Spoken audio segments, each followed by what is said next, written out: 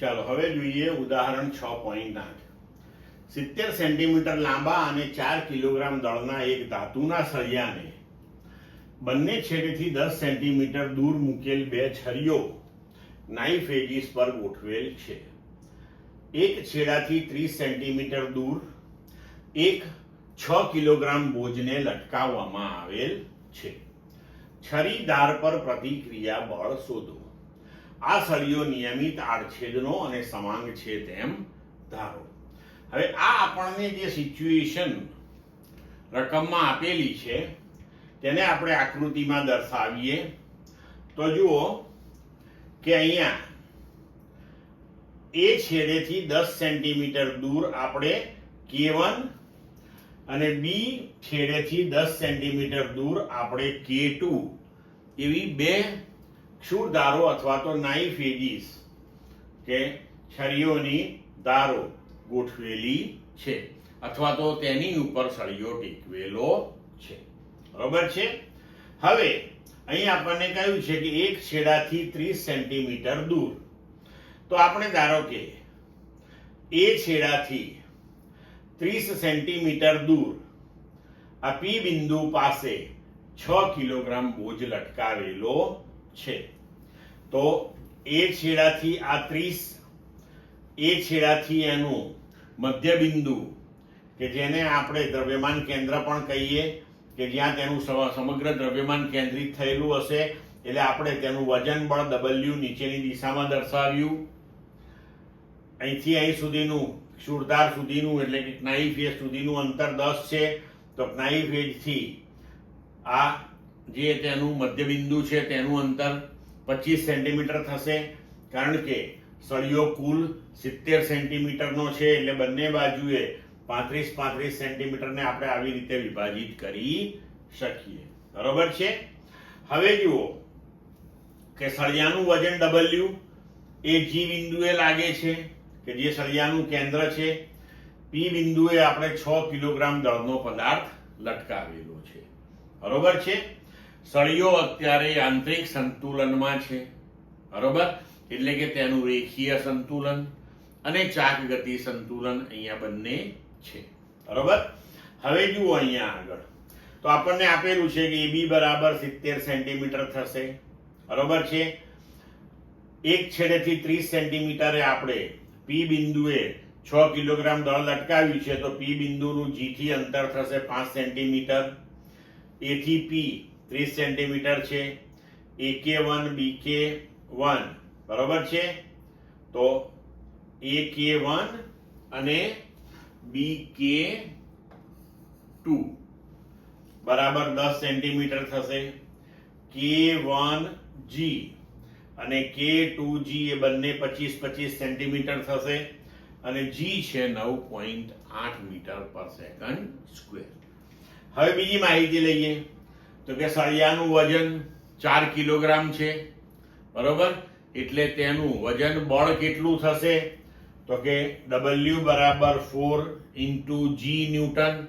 G નું મૂલ્ય મૂકી દઈએ તો 39.2 ન્યૂટન થશે. હવે P બિંદુએ આપણે 6 કિલોગ્રામ લોડ લટકાવેલો છે, 6 કિલોગ્રામ દળ લટકાવ્યું છે તો એનું વજન બળ W1 બરાબર 6 ઇન્ટુ G ન્યૂટન થશે. તો 6 ઇન્ટુ 9.8 બરાબર 58.8 ન્યૂટન થશે. હવે આ બંને બળો જે છે એ અધો દિશામાં લાગશે. સળિયાને તમે K1 અને K2 પાસે ટેકવેલો છે એટલે K1 અને K2 પાસેના લંબ પ્રત્યાઘાતી બળો R1 અને R2 આપણે આકૃતિમાં દર્શાવ્યા મુજબ ઉર્ધ્વ દિશામાં મળશે આપણને. હવે આપણે સળિયાનું રેખીય સંતુલન વિચારીએ તો સળિયાના રેખીય સંતુલન માટે સળિયા પર લાગતું પરિણામી બળ કેવું થાય? શૂન્ય થાય. તો સળિયા ઉપર કુલ 4 બળો લાગે છે. R1 R2 ઉર્ધ્વ દિશામાં એટલે આપણે જો R1 પ્લસ R2, W1 અને W અધો દિશામાં છે એટલે માઇનસ લીધા એને માઇનસ W1 માઇનસ W1 અને W ના મૂલ્યો અહીંયા ગોઠવી દઈએ તો આપણને સમીકરણ નંબર 1 મળશે R1 પ્લસ R2 બરાબર 98. બરાબર 98.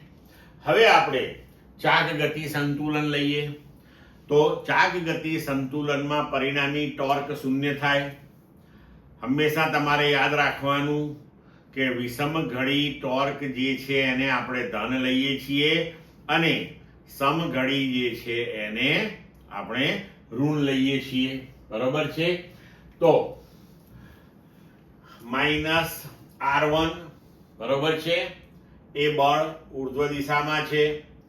k1 g બરોબર, g થી એનું લંબ અંતર k1g plus w1 pg plus r2 into k2g બરાબર 0.